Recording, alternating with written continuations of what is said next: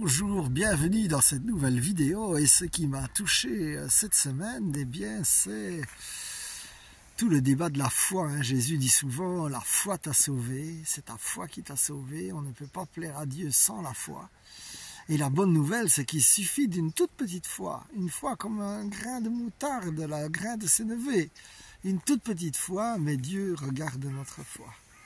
Alors comment la faire grandir cette foi ? Eh bien, déjà, nous pouvons... La parole de Dieu dit que la foi, elle grandit en fonction de ce qu'on écoute. Alors, est-ce que nous écoutons la parole de Dieu? Ou bien nous écoutons 36 nouvelles déprimantes?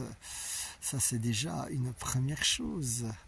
La foi aussi, elle grandit par le témoignage. Alors, bien sûr, le témoignage des autres, mais aussi le tien, mon frère, ma sœur.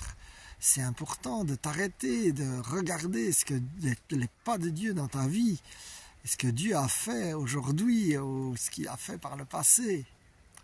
Et donc, ça c'est une façon de faire grandir ta foi. Par exemple, moi je regarde que par le passé, eh bien, j'avais été guéri d'une thrombose hémorroïdaire. Et là maintenant que j'ai besoin d'une guérison, je déclare que je suis le guéri de l'Éternel.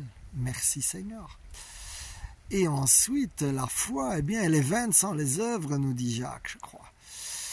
Et là, je vais dire, si tu veux vraiment exercer ta foi et prier pour les gens, par exemple, il y a une façon d'apprendre, c'est de faire. Et là, bien sûr, c'est très inconfortable. Et la peur va t'emmener dans 36 chemins pour te dire non, non, non, non, je n'ose pas. Eh bien, moi, par exemple, la semaine passée, j'ai fait une évangélisation de rue, là. Et déjà, c'est pas trop ma tasse de thé, quand même. Mais j'avais reçu une parole de connaissance sur une cervicale abîmée suite à un accident. Et là, dans la rue, on n'avait rencontré personne qui semblait correspondre à cela.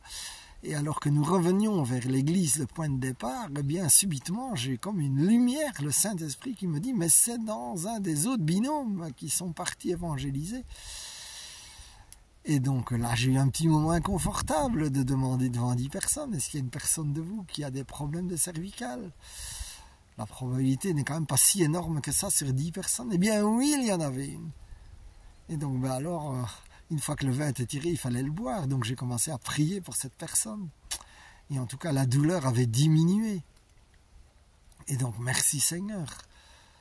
Qu'elle avait effectivement eu un accident de voiture et que ça faisait déjà tout un temps qu'elle avait une cervicale endommagée. Eh bien, en tout cas, sa douleur a diminué. Je rends gloire à Dieu et je prie d'ailleurs que ça continue.